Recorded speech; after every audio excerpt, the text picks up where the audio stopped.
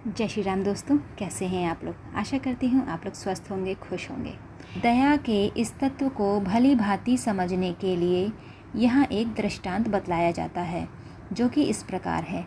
एक क्षत्रिय बालक राज्य की सहायता और व्यवस्था से इस विद्यालय में अध्ययन करता था।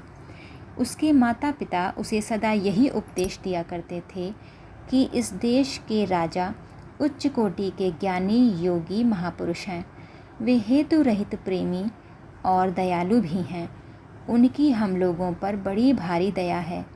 हम लोगों का देहांत हो जाए तो तुम चिंता ना करना, क्योंकि महाराज साहब की दया तुम पर हम लोगों की अपेक्षा अतिशय अधिक है। माता पिता के इस उपदेश के अनुसार वह ऐसा ही मानता था। समय आने पर उसके माता पिता चल बसे, परंतु वह बालक दुखी नहीं हुआ। विद्यालय के सहपाठी बालकों ने उससे पूछा, तुम्हारे माता पिता मर गए, फिर भी तुम्हारे चेहरे पर खेद नहीं, क्या बात है? अब तुम्हारा पालन पोषण कौन करेगा?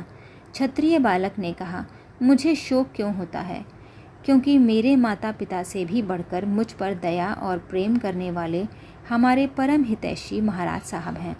महाराज साहब उच्च कोटि के भक्त एवं ज्ञानी महापुरुष हैं। मैं तो उन्हीं पर निर्भर हूँ। बालक की यह बात सुनकर वहाँ के प्रधानाध्यापक को बड़ा ही आश्चर्य हुआ कि देखो, इस बालक के हृदय में महाराज साहब के प्रति कितनी श्रद्धा भक्ति है। वे प्रधानाध्यापक राज्य की काउंसिल के सदस्य भी थे। एक दिन जब काउंसिल की बैठक हुई तब वे भी उसमें उपस्थित थे। उस दिन महाराज साहब ने कहा, अपने देश में कोई अनाथ बालक हो तो बतलाएं। उसका प्रबंध राज्य की ओर से सुचारू रूप से किया जाना उचित होगा। काउंसिल के कई सदस्यों ने उसी क्षत्रिय बालक का नाम बतलाया। इस पर राजा ने सबकी सहमति से उस बालक के लिए खाने पीने का सब प्रबंध कर दिया और उसके कच्चे घर को पक्का बनाने का आदेश दे दिया। पढ़ाई का प्रबंध तो पहले से ही राज्य की ओर से ही था। कुछ ही दिनों बाद जब राजा की आज्ञा से राज्य कर्मचारी उसके कच्चे घर को पक्का बनाने के लिए तोड़ रहे थे, तब उस क्षत्रिय बालक के एक सहपाठी ने दौड़कर उसे सूचना दी कि तुम्हारे घर को राज्य कर्मचारी तोड़कर बर्बाद कर रहे हैं। यह सुनकर वह बालक बहुत प्रसन्न हुआ और कहने लगा, हाँ, महाराज साहब की मुझ पर बड़ी ही दया है। संभव है वे पुराना तुड़वाकर नया घर बनवाएंगे। उसकी यह बात सुनकर प्रधानाध्यापक आश्चर्यचकित हो गए और सोचने लगे कि देखो, इस बालक को कितना प्रबल विश्वास है महाराज पर, कितनी अटूट श्रद्धा है।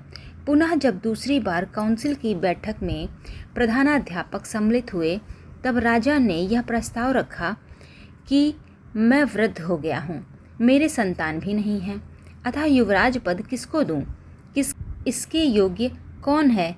इस पर प्रधानाध्यापक ने बतलाया, वह क्षत्रिय बालक गुण, आचरण, विद्या और स्वभाव में सबसे बढ़कर है। वह राजभक्त है और आप पर तो उसकी अपार श्रद्धा है। इस बात का दूसरे सदस्यों ने भी प्रसन्नतापूर्वक समर्थन किया। राजा ने सर्वसम्मति से उस क्षत्रिय बालक को ही युवराज पद दे दिया। दूसरे दिन राजा के मंत्री और कुछ पदाधिकारी उस क्षत्रिय बालक के घर पर गए। उन सबको आते देख उस क्षत्रिय बालक ने उनका अत्यंत आदर सत्कार किया और कहा, मैं आपकी क्या सेवा करूं? पदाधिकारियों ने कहा, महाराज साहब की आप पर बड़ी भारी दया है। बालक बोला, यह मैं पहले से ही जानता हूं कि महाराज जी की मुझ पर अपार दया है, इसी कारण आप लोगों की भी मुझ पर बड़ी दया है। पदाधिकारियों ने कहा, हम तो आपके सेवक हैं, आपकी दया चाहते हैं। बालक बोला, आप ऐसा कहकर मुझे लज्जित न कीजिए, मैं तो आपका सेवक हूँ। महाराज साहब की मुझ पर बड़ी दया है, इसको मैं अच्छी तरह से जानता हूँ। पदाधिकारियों ने कहा, आप जो जानते हैं उससे कहीं अधिक उनकी दया है। क्षत्रिय बालक ने पूछा, क्या महाराज जी ने मेरे विवाह का प्रबंध कर दिया है? तब उन्होंने कहा, विवाह का प्रबंध ही नहीं, महाराज साहब की तो आप पर अतिशय दया है। बालक ने पुनः पूछा, क्या महाराज साहब ने मुझको 2-4 गांवों की जागीरदारी दे दी है?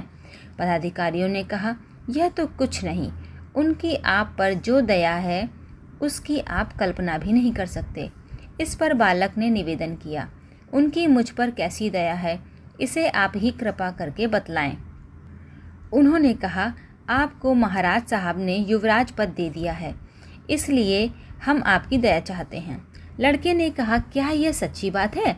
वे बोले, जी हाँ, ये बिल्कुल सत्य है। उसे बड़ा भारी आश्चर्य हुआ, क्योंकि वह अनुमान ही नहीं लगा सकता था कि महाराज जी की इतनी बड़ी भारी दया मेरे ऊपर हो सकती है। उसे थोड़ा भी अनुमान नहीं था कि इस प्रकार की दया वे कर सकते हैं। राजा ने इस लड़के को युवराज पद दे दिया, परंतु अपने राजा के पास तो सबके लिए युवराज पद है। वे सबको अपने समान बना लेते हैं। ऐसा राजा अपना ईश्वर है, जिसने आपको मनुष्य शरीर दिया। उसने आपके लिए युवराज पद पहले से ही कायम कर रखा है। आप उन्हें ठुकरा दें तो अपनी मूर्खता है। राजा की इतनी भारी दया है कि अपने ऊपर आनंद की, प्रेम की वर्षा बरस रही है। अब आप छाता लगा लें तो उस विभूति से वंचित रह जाएंगे। नहीं मानना अथवा अविश्वास ही अश्रद्धा है। यही छाता लगाना है। अपने को विश्वास रहना चाहिए कि भगवान की अपने ऊपर बड़ी दया है। भगवान अपने से बहुत प्रेम करना चाहते हैं।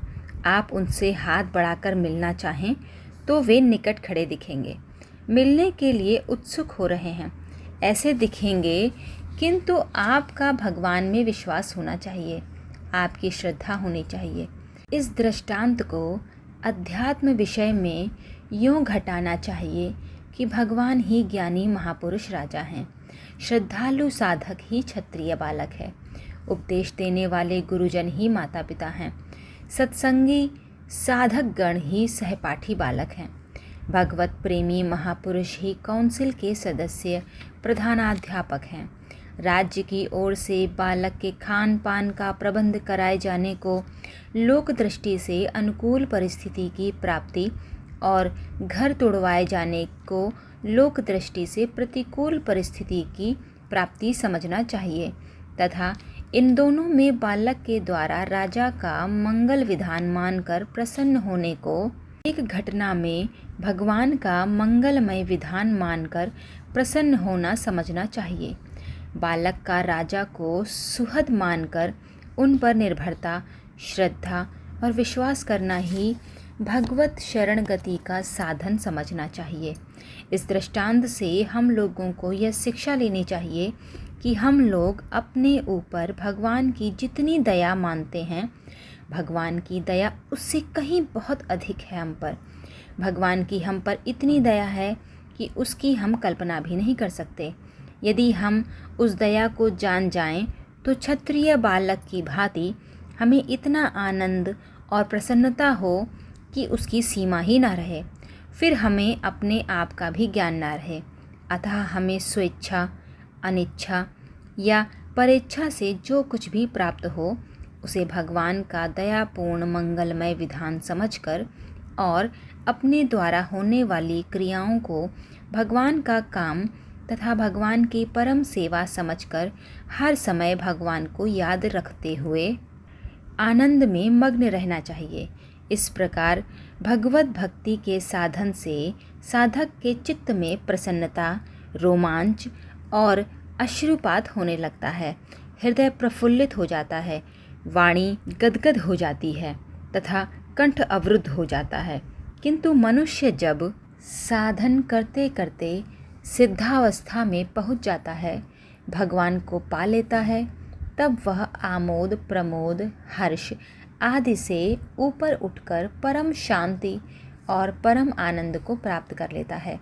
जैसे कढ़ाई में घी डालकर उसमें कचौड़ी सेंकी जाती है, वह जब तक कच्ची रहती है तब तक तो उछलती है, उसमें विशेष क्रिया होती रहती है, किंतु जब वह पकने लगती है तब उसका उछलना कम हो जाता है और सर्वथा पक जाने पर तो वह शांत और स्थिर हो जाती है।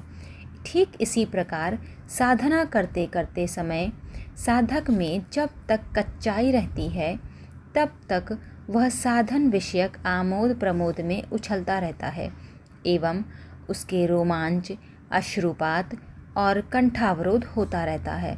किंतु जब साधन पकने लगता है तब हर शादी विकारों का उफान कम हो जाता है और सर्वथा पक जाने पर वह आमोद, प्रमोद, हर्ष आदि विकारों से रहित परम शांत हो जाता है। फिर वह परमात्मा में अचल और स्थिर होकर परम शांति और परम आनंद स्वरूप परमात्मा को प्राप्त हो जाता है। ये कहानी यहीं ख़त्म होती है। आपको भगवान पर कितना विश्वास है मुझे कमेंट करके ज़रूर बताइएगा। तब तक जय श्री राम।